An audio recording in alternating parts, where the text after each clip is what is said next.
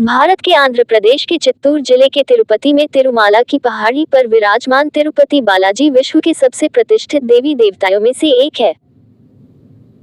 तिरुपति बालाजी मंदिर समुद्र तल से 853 फीट ऊंचाई पर स्थित है और 7 चोटियों से घिरा हुआ है, जिस वजह से तिरुपति बालाजी मंदिर को 7 पहाड़ियों का मंदिर भी कहा जाता है। भारत के इस प्रसिद्ध मंदिर में प्रतिदिन 50,000 से 1 लाख भक्त वेंकटेश्वर के दर्शन के लिए पहुंचते हैं। वहीं विशेष अवसरों पर तीर्थयात्रियों की संख्या 5 लाख तक हो जाती है। जबकि दान और धर्म के संदर्भ में ये देश का सबसे अमीर मंदिर है, जहां हर साल करोड़ों रुपए का दान किया जाता है। तिरुपति बालाजी मंदिर भारत का एक प्रसिद्ध मंदिर है और इस मंदिर में भगवान विष्णु जी एक अवतार स्वामी वेंकटेश्वर विराजमान है। इसी वजह से मंदिर को प्रसिद्ध रूप से स्वामी वेंकटेश्वर मंदिर के नाम से भी जाना जाता है। भगवान वेंकटेश्वर भगवान को विष्णु जी एकमात्र उस रूप में जाना जाता है जिन्होंने कलयुग के कष्टों से लोगों को बचाने के लिए अवतार लिया है। एक बार समस्त देवताओं ने मिलकर एक यज्ञ करने का निश्चय किया। यज्ञ की तैयारी पूर्ण हो गई।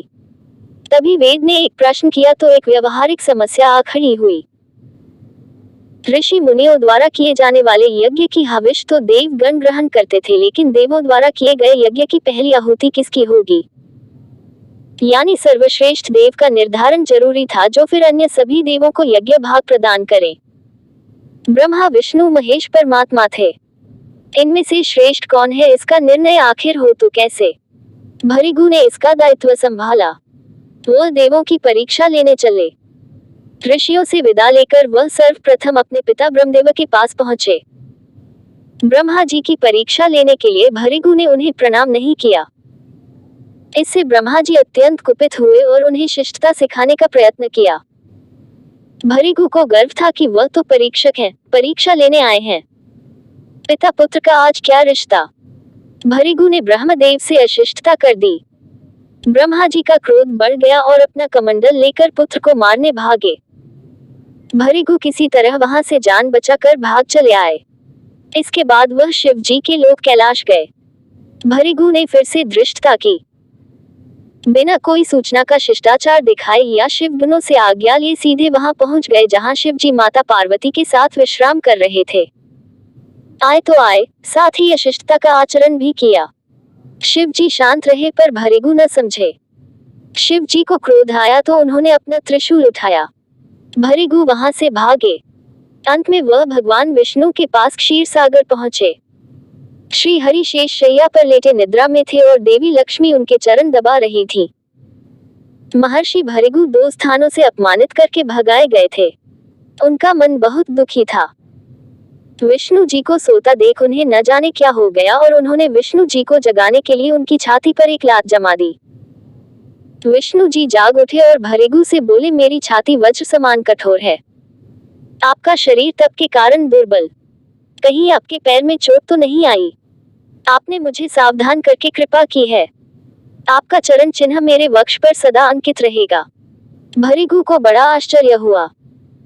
उन्होंने तो भगवान की परीक्षा लेने के लिए यह अपराध किया था, परंतु भगवान तो दंड देने के बदले मुस्कुरा रहे थे।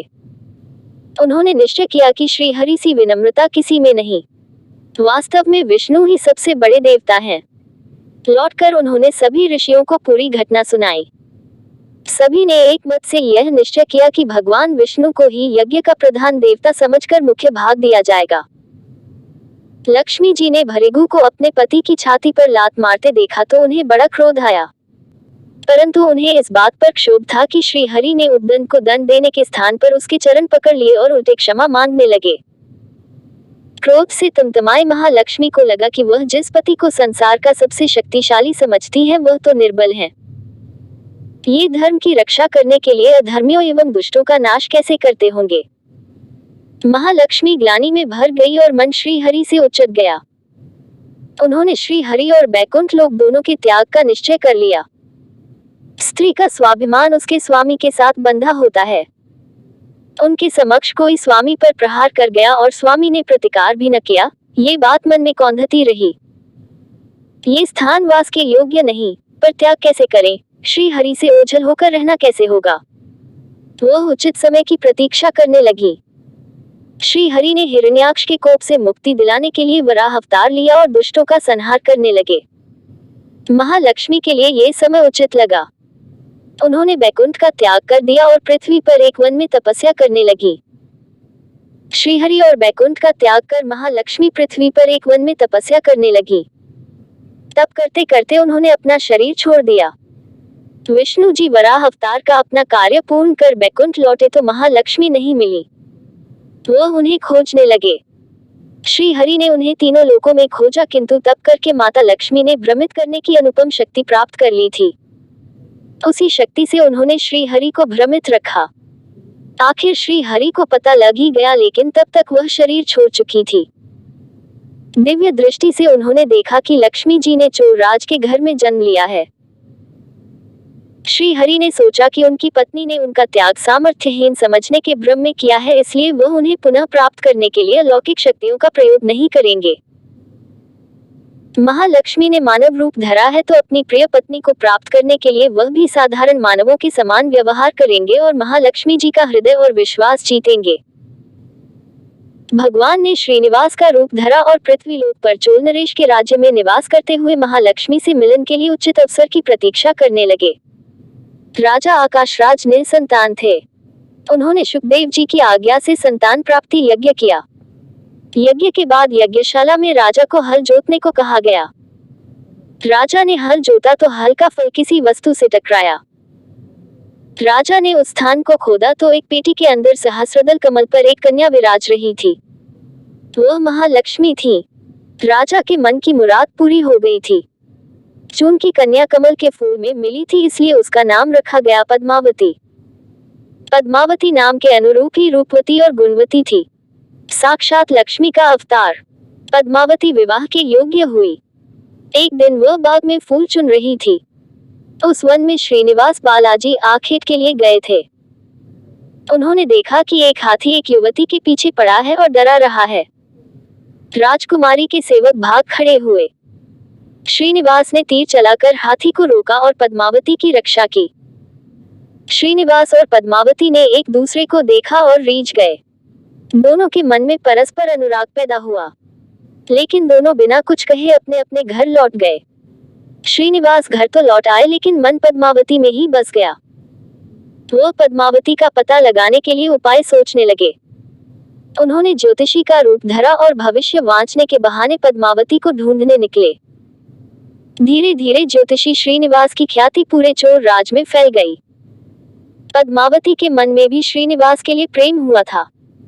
वह उनसे मिलने को व्याकुल थी, किंतु कोई पता ठिकाना न होने के कारण उनका मन चिंतित था। इस चिंता और प्रेम विरह में उन्होंने भोजन श्रृंगार आदि का त्याग कर दिया। इसके कारण उसका शरीर कृशकाय होता चला गया। राजा से पुत्री की ये दशा देखी नहीं जा रही थी। वह चिंतित थे। ज्योतिषी की प्रसिद्धि की सूचना राजा को हुई। राजा ने ज्योतिषी श्रीनिवास को बुलाया और सारी बात बताकर अपनी कन्या की दशा का कारण बताने को कहा। श्रीनिवास राजकुमारी का हाल समझने पहुंचे तो पद्मावती को देखकर प्रसन्न हो गए। उनका उपक्रम सफल रहा था। उन्होंने पद्मावती का हाथ अपने हाथ में लिया। कुछ देर तक पने का स्वान करने के बाद बोले, महाराज, आपकी पुत्री प्रेम के विरह में जल रही है।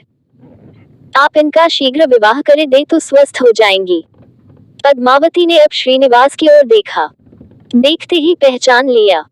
उनके मुख पर प्रसन्नता के भाव आए और वह हंसी। काफी दिनों बाद पुत्री को प्रसन्न देख राजा को लगा कि ज्योतिषी का अनुमान सही है। राजा ने श्रीनिवास से पूछा, ज्योतिषी महाराज, यदि आपको ये पता है कि मेरी पुत्री प्रेम के विरह में पीड़ित है, तो आपको ये भी सूचना होगी कि मेरी पुत्री को किससे प्रेम है। उसका विवाह करने को तैयार हूँ। आप उसका परिचय दें। श्रीनिवास ने कहा, आपकी पुत्री एक दिन वन में फूल चुनने गई थी। एक हाथी ने उन पर हमला किया तो आपके सैनिक और दासियां भाग खड़ी हुई। राजकुमारी के प्राण एक धनुर्धर ने बचाए थे। राजा ने कहा, हाँ, मेरे सैनिकों ने बताया था कि एक दिन ऐसी घटना हुई थी। एक वीर पुरुष ने उसके प्राण बचाए थे, लेकिन मेरी पुत्री के प्रेम से उस घटना का क्या तात्पर्य? श्रीनिवास ने बताया, आपकी पुत्री को अपनी जान बचाने वाले उसी युवक से प्रेम हुआ है। राजा के पूछने पर श्रीनिवास ने कहा, वह कोई साधारण युवक नहीं, बल्कि शंख चक्रधारी स्वयं भगवान विष्णु हैं। इस समय बैकुंठ को छोड़कर मानव रूप में श्रीनिवास के नाम से पृथ्वी पर वास कर रहे हैं।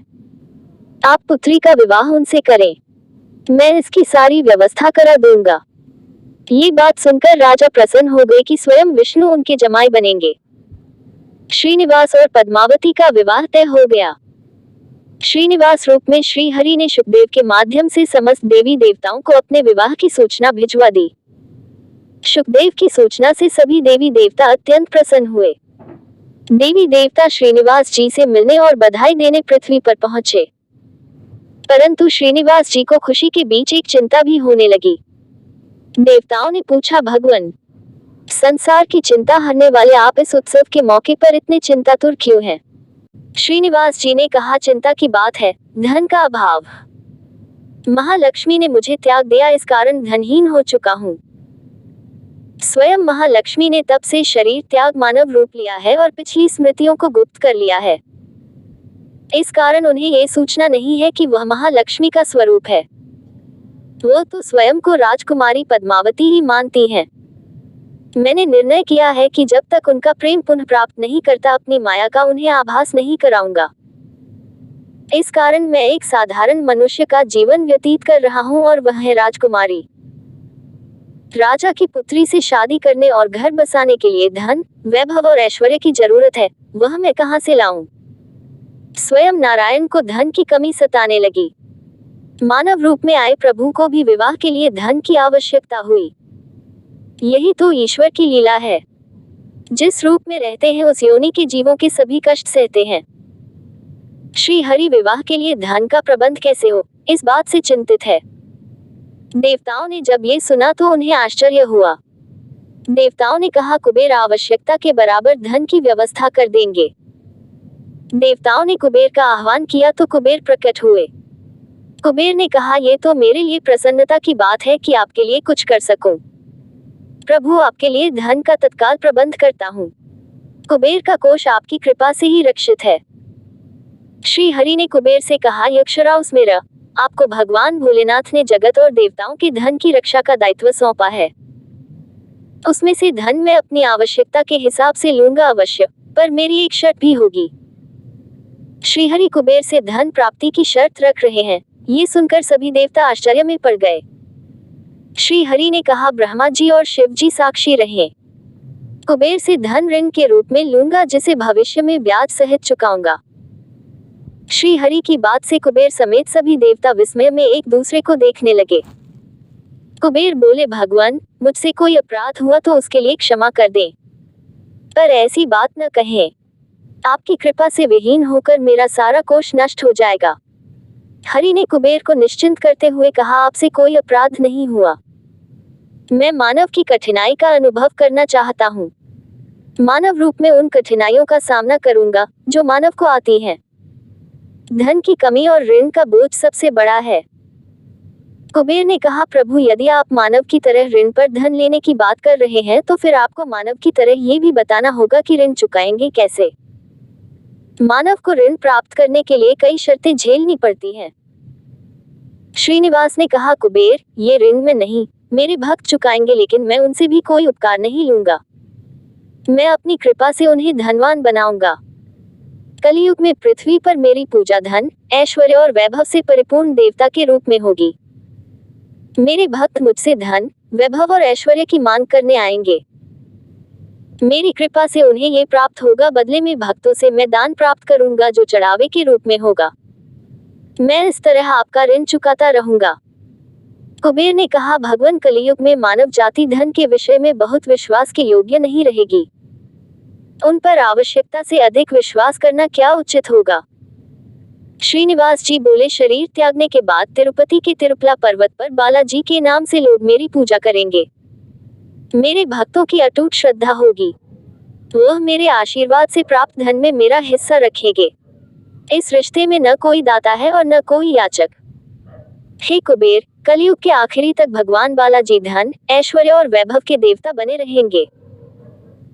मैं अपने भक्तों को धन से परिपूर्ण करूंगा तो मेरे भक्त दान से न केवल मेरे प्रति अपना ऋण उतारेंगे बल्कि मेरा ऋण उतारने में भी मदद करेंगे। इस तरह कलयुग की समाप्ति के बाद मैं आपका मूलधन लौटा दूंगा। कुबेर ने श्री हरि द्वारा भक्त और भगवान के बीच एक ऐसे रिश्ते की बात सुनकर उन्हें प्रणाम किया और धन का प्रबंध कर दिया। भगवान श्रीनिवास और कुबेर के बीच हुए समझौते के साक्षी स्वयं ब्रह्मा और शिव जी हैं। दोनों वृक्ष रूप में साक्षी बन गए। आज भी पुष्करिणी के किनारे ब्रह्मा और शिव जी बरगद के पेड़ के रूप में साक्षी बनकर खड़े हैं। ऐसा कहा जाता है कि निर्माण कार्य के लिए स्थान बनाने के लिए इन दोनों पेड़ों को जब काटा जाने लगा तो उनमें से खून की धारा फूट पड़ी। पेड़ काटना बंद करके उसकी देवता की तरह पूजा होने लगी।